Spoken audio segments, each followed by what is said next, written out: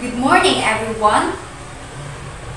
I am teacher Shaira and welcome to my class. So, are you ready to learn a new lesson for today? Okay, that's good to hear.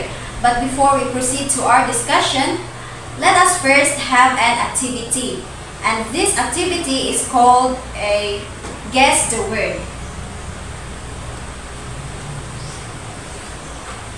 So I have here flashcards that contain a jumbled letters of words, and I will be reading a short description. And all you have to do is to guess or rearrange the letters correctly in order to form an appropriate word. So I will just give you 4 seconds each word. So are you guys ready? Okay, so let's start.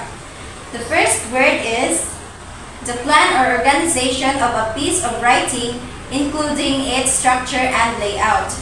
4, 3, 2, 1. The word is design. The second word is a category or type of literature such as fiction, non-fiction, or mystery. 4, 3, 2, 1. The word is genre. The third word is an ordinary written or spoken language without a regular rhythmic pattern. 4, 3, 2, 1. The word is prose. The next one is, it is a brief work of fiction that typically focuses on a single incident or character. 4, 3, 2, 1. The correct word is a short story. The next word is, it is the act of interpreting written symbols to understand text. 4, 3, 2, 1. The word is reading. So, the next word is, it is the arrangement of ideas and elements in a text like chapters or paragraphs. Okay? The correct word is structure.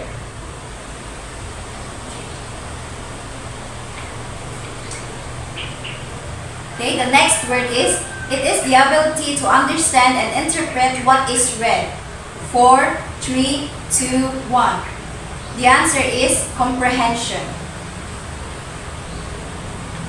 The last word is, this is the central idea or message explored in a literary work. 4, 3, 2, 1. The correct answer is theme. So that's all. Good job, everyone. So now, do you have an idea what will be our lesson or topic for today? Yes, Claire. Okay, very good. Our lesson for today is about prose. So, what do you mean by prose? Any idea? Okay, so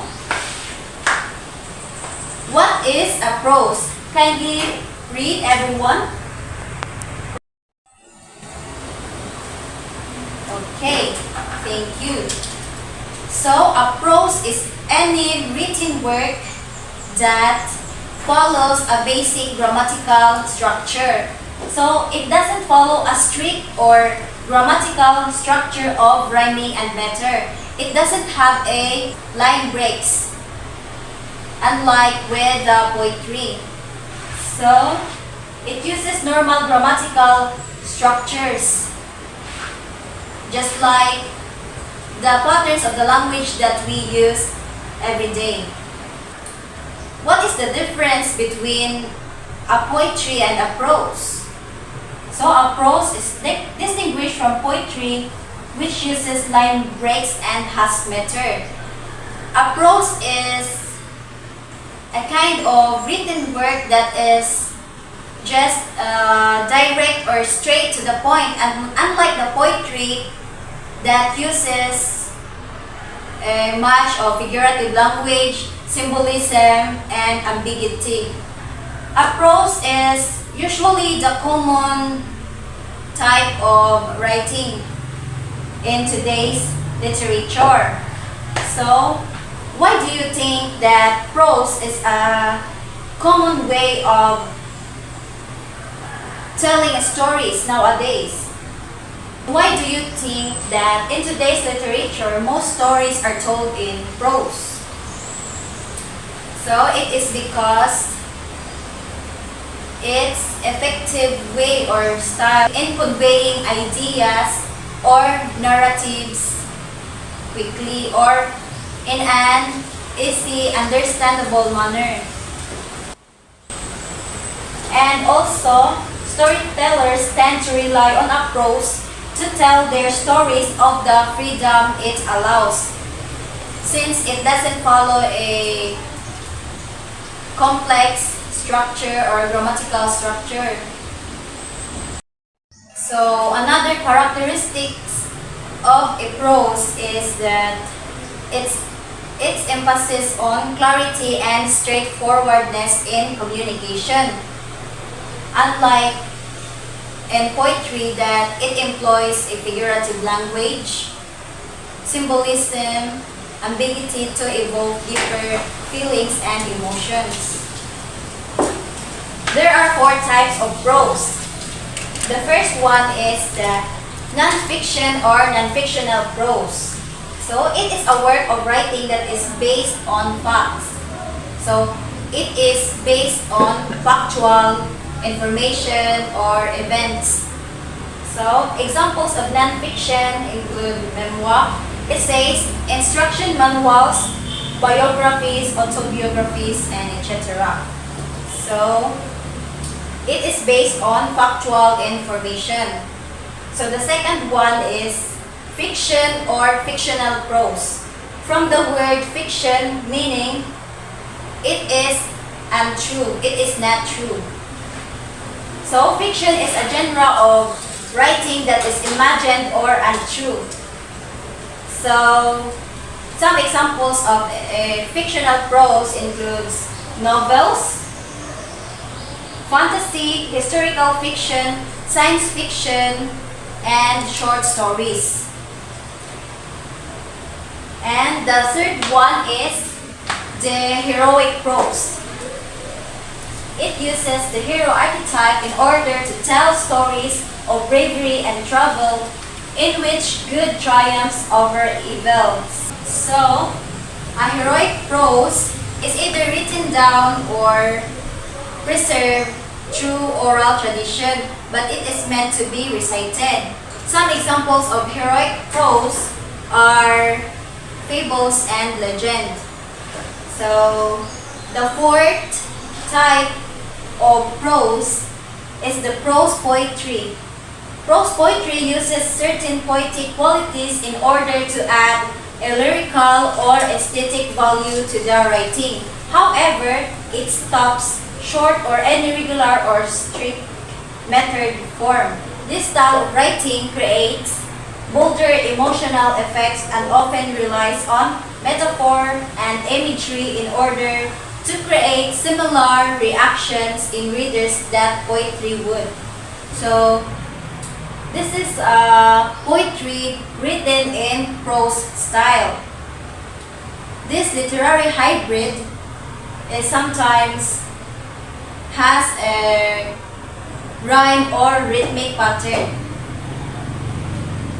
So, that's all for the types of prose. So, what are the 4 types of prose again? So, first is non-fictional prose, fictional prose, heroic prose, and prose poetry.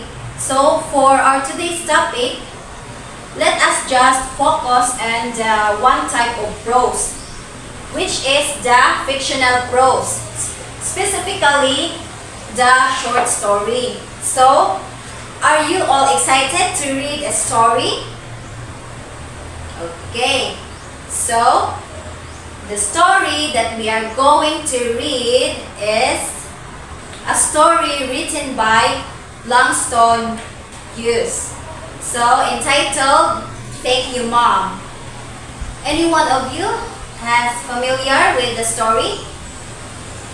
Not yet, so let us read and listen carefully.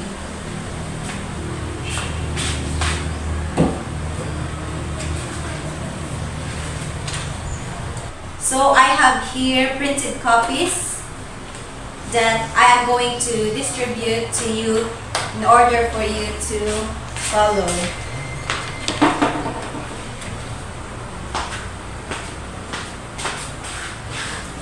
Okay, so who is the author of the story? Thank you, Mom. Okay, very good. Langston Hughes. This is a short story that revolves around a young boy named Roger who tries to steal the purse of Mrs. Luella Bates Washington Jones. Instead of reporting him to the authorities, Mrs. Jones takes him to her home where she feeds him, talks to him, and teaches him an important lesson about trust and kindness. So, let us explore and witness the underlying message of the story, and we will discover how an unexpected act of generosity can significantly influence a person's life. So, are you all excited to read and hear the story? Okay, so let's start. Thank You Mom by Langston Hughes. She was a large woman with a large purse that had everything in it but hammer and nails. It had a long strap and she carried it slung across her shoulder. It was about 11 o'clock at night, and she was walking alone when a boy ran up behind her and tried to snatch her purse. The strap broke with a single tug. The boy gave it from behind, but the boy's weight and the weight of the purse combined caused him to lose his balance. So instead of taking off full blast as he had hoped, the boy fell on his back on the sidewalk and his legs flew up. The large woman simply turned around and kicked him right square in his blue jean seater. Then she reached down, picked the boy up by his shirt front, and shook him until his feet rattled. After that, the woman said, "Pick up my pocketbook, boy, and give it her." She still held him, but she bent down enough to permit him to stoop and pick her purse. Then she said, "Now, ain't you ashamed of yourself?" Firmly gripped by his shirt front, the boy said, "Yes." The woman said, "What did you want to do it for?" The boy said, "I didn't aim to." She said, "You a lie." By that time, 2 or 3 people passed, stopped, turned to look, and some stood watching. "If I turn you loose, will you run?" asked the woman. "Yes," said the boy. "Then I won't turn you loose," said the woman. She did not release him. "I'm very sorry, lady, I'm sorry," whispered the boy. And your face is dirty. I got a great mind to wash your face for you." "Ain't you got nobody home to tell you to wash your face?" "No, ma'am," said the boy. "Then it will get washed this evening," said the large woman, starting up the street, dragging the frightened boy behind her.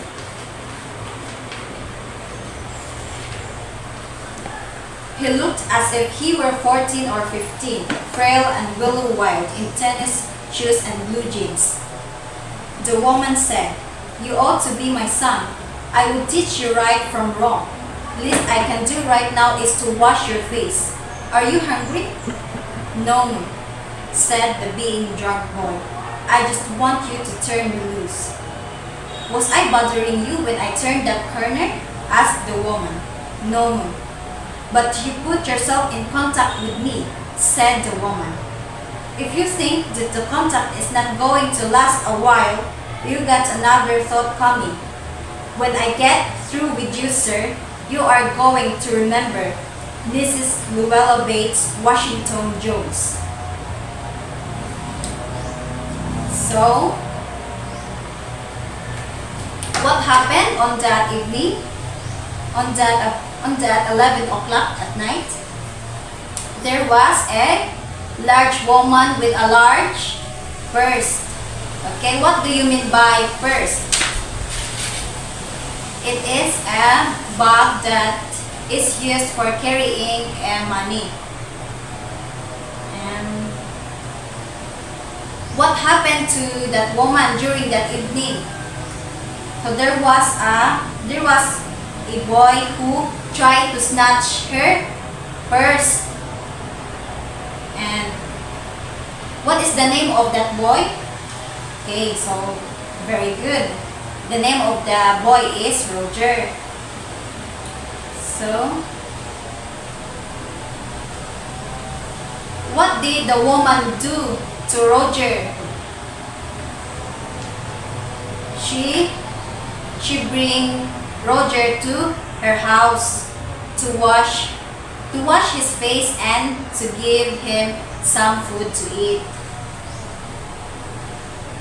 So if you are in that situation, if you were the woman, would you do the same thing, or you will call authorities or police to report the boy who tried to snatch your purse? So, what can you say about the woman? About Mrs. Jones? She is very kind and generous.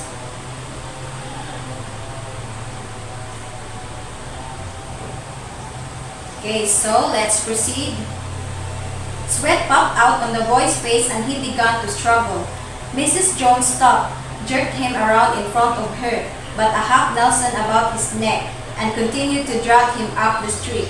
When she got to her door, she dragged the boy inside, down a hall, and into a large kitchenette-furnished room at the rear of the house. She switched on the light and left the door open. The boy could hear other roomers laughing and talking in the large house. Some of their doors were open too, so he knew he and the woman were not alone. The woman still had him by the neck in the middle of her room. She said, "What is your name?" "Roger," answered the boy. "Then, Roger, you go to that sink and wash your face," said the woman. Whereupon she turned him loose. At last, Roger looked at the door, looked at the woman, looked at the door, and went to the sink. "Let the water run until it gets warm," she said.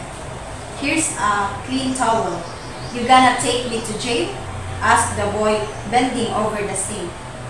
"Not with that face. I would not take you nowhere," said the woman. "Here I am trying to get home to cook me a bite to eat and you snatch my pocketbook? Maybe you ain't been to your supper either. Late as it be, have you?" "There's nobody home at my house," said the boy. "Then we'll eat," said the woman. "I believe you're hungry or been hungry to try to snatch my pocketbook." "I wanted a pair of blue suede shoes," said the boy. "Well, you didn't have to snatch my pocketbook to get some suede shoes," said Mrs. Luella Bates Washington Jones. "You could have asked me, ma'am." The water dripping from his face, the boy looked at her. There was a long pause, a very long pause. After he had dried his face and not knowing what else to dry it again, the boy turned around, wondering what next. The door was open. He would make a dash for it down the hall. He could run, and run. The woman was sitting on the day bed. After a while, she said, "I were young once and I wanted things I could not get." There was another long pause. The boy's mouth opened. Then he frowned, but not knowing he frowned. The woman said, "You thought I was going to say but, didn't you? You thought I was going to say but I didn't snatch people's pocketbooks. Well, I wasn't going to say that." Pause. Silence. "I have done things too, which I would not tell you, son, neither tell God." if he didn't already know. No. So, you sit down while I fix something to eat. You might run the comb through your hair so you will look presentable. In another corner of the room, behind a screen was a cake plate and icebox. Mrs. Jones got up and went behind the screen. The woman did not watch the boy to see if he was going to run now or did. She watched her purse, which she left behind her on the daybed. But the boy took care to sit on the far side of the room, where he thought she could easily see him out of the corner of her eye, if she wanted to. He did not trust the woman not to trust him, and he did not want to be mistrusted now. "Do you need somebody to go to the store?" asked the boy. "Maybe to get some milk or something?" "Don't believe I do," said the woman, "unless you just want sweet milk yourself. I was going to make cocoa out of the canned milk I got here." "That will be fine," said the boy. So, for the last paragraph and for the rest of the story, kindly read aloud, everyone.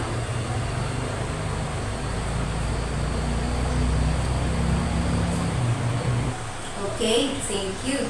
So, how did you feel after reading the story? What are the themes that emerge in the story? Yes, Christine, can you give me one theme that emerged in the story? Okay, generosity. Very good. So, generosity is one of the themes that emerge in the story because Mrs. Jones gave Roger something to eat. She brought Roger to her house and provide something, and she also gave money to buy a suede shoes after what Roger done to her. So, another key themes. Yes, Sheila. Okay, compassion and forgiveness. Yes, correct. Very good. So, Mrs. Jones' response to Roger's attempted theft is one of empathy and understanding. Rather than punishing him, she recognizes his need and decides to help him. Okay, so that's the meaning of compassion and empathy. So, another key theme that emerged in the story is the second chance and redemption. The story emphasizes the idea of second chances. Mrs. Jones gives Roger an opportunity to redeem himself by treating him with kindness and trust. This theme suggests that people, especially young ones, should not be judged solely by their mistakes, but should be given the chance to make better choices and improve their lives. So, second chances and redemption. Okay. Another theme that emerged in the story is trust and responsibility. It's because Mrs. Jones' decision to take Roger home and trust him reflects her belief in giving people responsibility as a way to help them grow. By trusting Roger, she gives him a sense of accountability and an opportunity to prove himself. Another one is human dignity. Throughout the story, Mrs. Jones treats Roger with dignity and respect. She does not belittle or scold him harshly. Instead, she addresses his needs and shares a meal with him. This treatment reinforces the idea that everyone deserves to be treated with respect regardless of their actions or circumstances. So,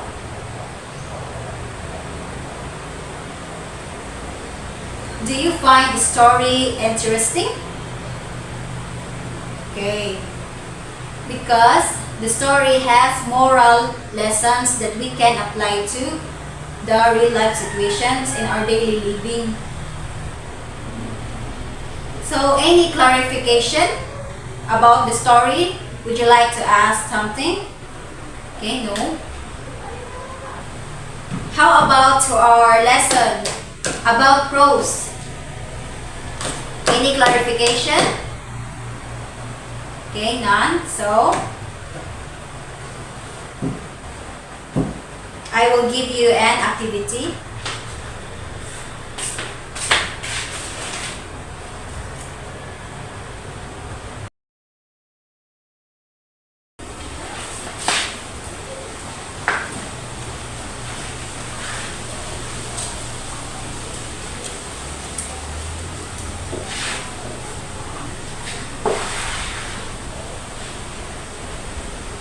So, kindly get one whole sheet of bond paper and answer this activity. So, for the test 1, answer the following questions briefly. The first question is, what motivates Roger to try to steal Mrs. Jones' purse, and how does this motivation change throughout the story? The second one is, describe Mrs. Jones' reaction to Roger's attempted theft. What does this reaction reveal about her character? The third one is, how do Mrs. Jones' actions demonstrate the theme of compassion in the story? Fourth one is, what lesson does Roger learn by the end of the story? And how is this lesson conveyed through his actions? The last one is, explain the significance of the story's title, Thank You Ma'am, and how it relates to the overall theme. So, for the test 2, you will write a reflective essay. So, write a short essay reflecting on the moral lessons from Langston Hughes' story, Thank You Mom. Explain how these lessons can be applied to real-life situations. Okay? So, for the activity 1, you just have to answer the questions briefly. Write it only in a short, write only in a few sentences. And for the test 2 is a reflective essay. Just a short essay reflecting the moral lessons from the story. So, I will give you a 30 minutes to finish this activity. So, is that enough? Okay, so any questions? Any clarification with regards to the activity instruction? Okay, Nan, so you can start answering.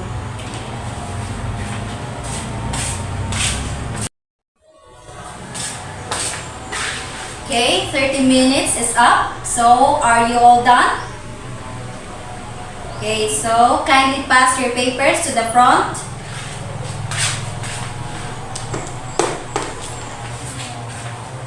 So, I will be checking this and I will return this on our next meeting. So, for your assignment is called, you have to enhance in a creative writing. So, you have to write a continuation of the story, Thank You Mom. And imagine you are Roger a year after the events of Thank You Mom and write a 300-word story about meeting Mrs. Jones again, focusing on how your life has changed, your feelings toward her, what you want to say, and her reaction. Okay, so I will collect this one in our next meeting, probably on Friday. Okay, so that's all for today. I hope you have learned something. Did you learn something, class? Okay, that's good. And goodbye, everyone. Goodbye, class. Thank you. See you in the next meeting.